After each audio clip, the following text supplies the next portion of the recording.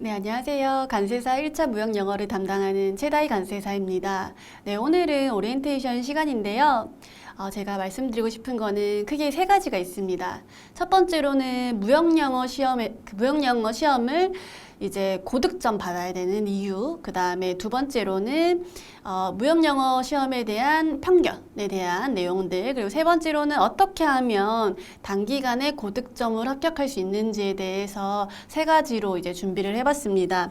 첫 번째로는 우리가 왜 1차 시험 과목은 4과목이 있는데 이 중에서도 무역 영어를 제일 가장 전략 과목으로 삼아야 되냐라는 거는요. 사실 제가 지금 무역 영어 강사라서 말씀드리는 게 아니라 저도 간세사 1차 시험을 쳤던 수험생으로서 무역 영어를 전략 과목으로 가져가는 것이 가장 효율적이더라고요. 왜냐하면 일단 이제 저희가 1차 시험 중에서 뭐 통계로 나와 있지만 무역 영어가 회계학 다음으로 가락이 높은 과목이에요. 가락. 우리 1차 시험 다들 아시죠? 평균도 맞춰야 되고 가락도 면해야 됩니다. 그래서 가락을 면할 수준으로 공부를 해야 되는데 회계학은 가락 넘을 수준으로 공부를 하시되 무역 영어는 가락 플러스 고득점을 가져가야 되는 이유가 평균도 높이는데 일조하는데 어렵지 않고 그 다음에 이게 2차 과목이랑도 연계되어 있어요. 2차. 물론 2차랑 1차는 그 객관식이다, 주관식이냐, 그리고 상대평가냐, 절대평가냐에 따라서 난이도 차이도 엄청 나고, 그 다음에 공부를 해야 되는 방식도 달라요. 하지만 그 내용은 뭐다? 내용 자체는 동일하다. 그런 입장에서 봤을 때는 1차는 간세법이랑 무역 영어를 가장 많은 시간을 할애하시는 게 맞다고 봅니다. 물론 회계학도 미리 하셔야 되고요. 그래서 그 1차의 간세법 같은 경우는 되게 지엽적인 부분에서 많이 나오거든요. 근데 무역 영어는 이제 공부를 해보시면 알겠지만 양이 상당히 방대해요. 그래서 지엽적인 부분을 몇 가지만 가져가도 충분히 대다수 나오는 거에서 커버를 할 수 있습니다. 그래서 저는 단기간에 무역 영어 과목을 전략 과목으로 가져가는 것이 좀 더 효율적이다. 1차 시험을 공부하시는데. 그 다음에 장기적으로 간세사 합격을 하는 데 있어서 무역 영어가 그러한 이유로 전략 과목으로 가져가시면 좋겠다라는 거고요. 자, 그 다음에 이제 두 번째로 무역 영어 시험하면은 우리 많은 편견들이 있어요. 첫 번째로 뭐가 있을까요? 영어를 잘해야 된다. 영어를 잘해야 된다라는 게 있고 1, 2차를 동시에 해야 된다. 양이 많다. 그리고 세 번째로는 그게 있죠. 보통 이제 3대 협약이라는 게 있어요. 우리가 이제 공부를 하다 보면은 이제 알게 될 텐데 요거 3대 협약만 달달해서는 안 된다. 또는 된다. 요런 게 있어요. 일단 여기에서 솔직히 다는 틀렸다고 말은 못할 것 같아요. 제가 그 영어를 아주 못해도 됩니다라고 얘기를 많이 드렸는데 근데 그 아주의 범위가 워낙 상대적이다 보니까 살짝 조심스럽긴 해요. 하지만 막 내가 무조건 토익 900이고 토익 800이어야지만 무역 영어 만점 받을 수 있다? 그건 진짜 확실히 아니라고 말씀드릴 수 있을 것 같아요. 무역 영어는 그냥 법규거든요. 그 무역 그 관련된 그 국제 협약이라든지 규범을 영어로 되어 있는 거를 암기하고 이해하는 과정이에요. 근데 물론 그 과정에서 영어를 잘 알고 있다라고 하면 도움은 되겠죠. 그 도움은 되되 필수 조건 아니다라는 겁니다. 그래서 영어 실력이 내가 없다라고 하더라도 충분히 무역 영어에 공부를 하면서 그 법규에 대한 이해가 되어 있고 물론 남들보다 암기 많이 하셔야 돼요. 그래서 암기를 좀 더 한다라고 한다면 영어 실력이 크게 좌지우지하지 않는다. 그걸 말씀드리고 싶었고 1번 편견. 두 번째로는 1차, 2차를 같이 준비하는 게 좋다. 대신 양이 많다. 이런 게 있는데요.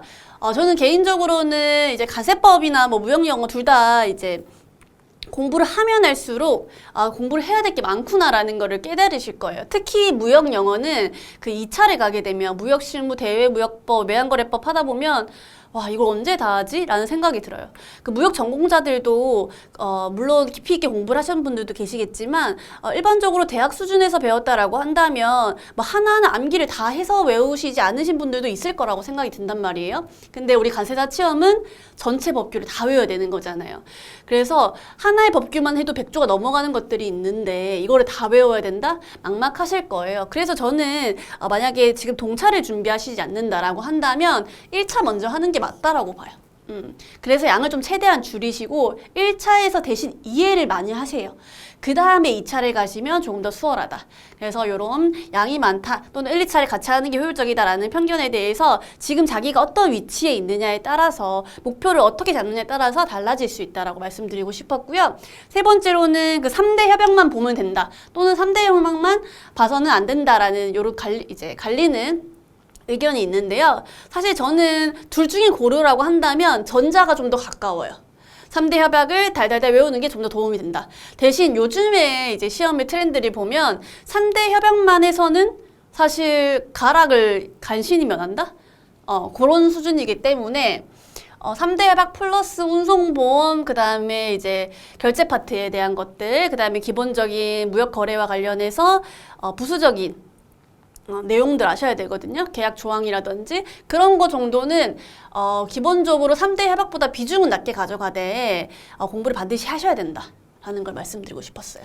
그래서 이렇게 두 가지를 설명을 드렸고, 자 마지막으로 그러면 어떻게 해서 우리 무역영어, 그래 너 무역영어 이제 구독점 가져가야 되는 거 전략 과목 가져가야 되는 거 알겠고 무역영어 갖고 있던 편견들 알겠어, 다 이해했어. 그럼 어떻게 하면은 우리 무역영어 시험을 정말 전략 과목으로서 단기간에 효율적으로 공부할 수 있을까라고 했을 때 제가 누누이 강조하는 게 있어요. 첫 번째로는 회독수를 늘려라.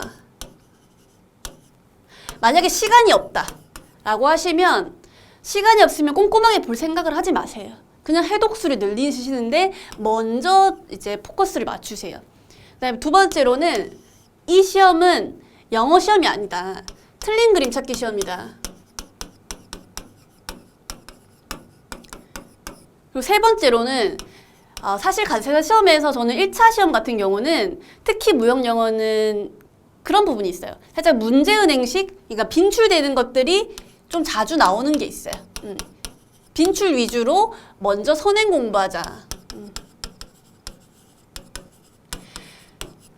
사실 저희 합격수기를 찾아보신 분도 있으실 거고 없으신 분들도 있으실 텐데 저는 원래 생동차라고 하죠. 1년에 1차, 2차를 모두 합격하는 것을 목표로 공부를 준비했었어요. 그랬다 보니까 1차 시험에 대한 준비 기간이 상당히 짧았습니다. 그래서 사실 저는 기본 이론을 같이 하면서 뭐 심화 이런 거 다 일단은 다 제끼고 문제풀이 먼저 했던 것 같아요. 그 문제풀이에서도 기출문제 먼저 빈출로 싹 돌리고 그 다음에 내가 부족한 과목에 대한 심화라든지 기본을 한 번 더 듣는 거. 그런 식으로 하는 게 상당히 효율적이었고 저 그럼에도 불구하고 1차 시험에서 무역영어 시험이 가장 잘 나왔어요. 그리고 간당간당한 그 1차 평균도 사실 좀 높게 나왔던 것 같아요. 그 이유는 뭐라고 생각을 해봤을 때 물론 제가 회계를 이제 공부를 했었어가지고 회계가 좀 쉬웠던 것도 있지만 그 무역영어를 내가 효율적으로 공부한 게 가장 도움이 됐던 것 같아요. 그래서 여러분들도 저랑 함께 하시든 함께 하지 않으시든 이 세 가지는 갖추고 공부를 1차를 하신다고 한다면 고득점, 그 다음에 단기간에 효율적으로 공부하시는 데는 상당히 도움될 것 같습니다. 해독수를 넓혀라. 깊게 공부하는 것도 중요하지만 하나하나 이해가 안 되면 일단 넘어가자. 일단 체크하고 넘어가세요. 그렇게 해서 해독수를 높이세요. 그 다음에 우리 공부하실 때 항상 첫 번째 1과목을 먼저 하고 그 다음에 이제 가다 보면은 결국에는 마지막 뉴욕협약 때는 제대로 못하게 돼요. 그래서 그렇게 하지 마시고 처음에는 1번, 3번, 2번, 4번, 5번, 6번 뭐 이런 식으로 이제 파트별로 공부를 하실 때 처음에 기본 이론 들을 때는 당연히 계약의 이제 성립부터 종료까지 순서대로 따라가는 게 맞지만 해독수를 높일 때에는 그 휘발성이 좀 있기 때문에 전체를 꼼꼼하게 가져가는 것보다 오늘은 그 우리가 계약의 그 인코텀즈의 어떤 부분, 그 다음에 뉴욕 협약 이렇게 두 개는 무조건 보고 가자. 이런 식으로 해서 좀 교차로 좀 질리지 않게 해독수를 좀 늘려가면서 이제 무역령 과목을 최소 한 5회 이상은 보고 가셔야 되거든요. 그래서 5회 이상은 본다라는 거를 잡아두세요. 그 다음에 만약에 그렇게 봤는데도 우리가 빈출이나 기출 문제를 풀었을 때 많이 틀리는 부분이 나올 거예요. 그런 거는 우리가 처음에 짜놓은 그 공부 시간 있죠. 그거 시간 말고 추가로 보충해야 될 주말 시간이나 이동 시간이나 아니면 자기 전에 추천드려요. 자기 전에 말로 하면서 외워보시는 거 좋다고 생각합니다. 네, 그렇게 공부를 하시면 될 것 같고, 두 번째 틀린 그림 찾기다. 이 얘기는 이제 문제를 보시면 아실 거예요. 공부를 어느 정도 하시다 보면 이거 되게 눈에 익는데? 근데 이 부분이 틀린 것 같은데 정확하게 모르겠어. 근데 1차 시험은 우리 주관식 아니죠. 객관식이잖아요. 그래서 명확하게 이게 정말 답인 것 같은데 그 답의 이유를 몰라도 합격만 하면 끝이에요. 그렇기 때문에 제가 해독수를 늘리라고 했던 거였고, 물론 이해가 먼저 선행되어야지 해독수를 늘릴 때 암기가 잘 되긴 합니다. 그래서 틀린 그림 찾기를 계속 할 거예요, 저랑. 그래서 공부를 하시면서 문제풀이를 하시면서 이 부분은 여기에서 틀린 그림 찾기 할 때 많이 나와요. 우리가 이제 틀린 그림 찾기 옛날에 게임을 하다 보면 그 나올 만한 포인트 있잖아요. 그 전체 그림에서 이 부분 나올 것 같다 이런 거 있죠. 그런 게 우리 무역영어 시험에도 있어요. 그래서 그러한 틀린 그림 찾기, 뭐 예를 들면 바이어와 셀러를 바꿔놓는다든지 아니면 긍정을 부정을 바꿔놓는다든지 이런 포인트들을 위주로 보시는 거예요. 전체 조항 어떻게 다 외워요. 그런 부분 위주로 외워가시는 거고, 세 번째로는 아까 전에 말씀드렸던 빈출 위주로 선행학습을 하자. 이렇게 말씀을 드리고 마무리하려고 합니다. 1차 무역영어 시험이 처음에 보면은 양이 방대하고 다 영어로 되어 있어서 많이 피로감을 느끼실 수 있어요. 근데 하면 할수록 효자 과목이 저는 1차에서 무역영어라고 생각을 하거든요. 그래서 끝까지 포기하지 않으시고 제가 앞에 말씀드렸던 이러한 단기 전략들 가져가셔서 꼭 좋은 성과가 있으셨으면 좋겠습니다. 감사합니다.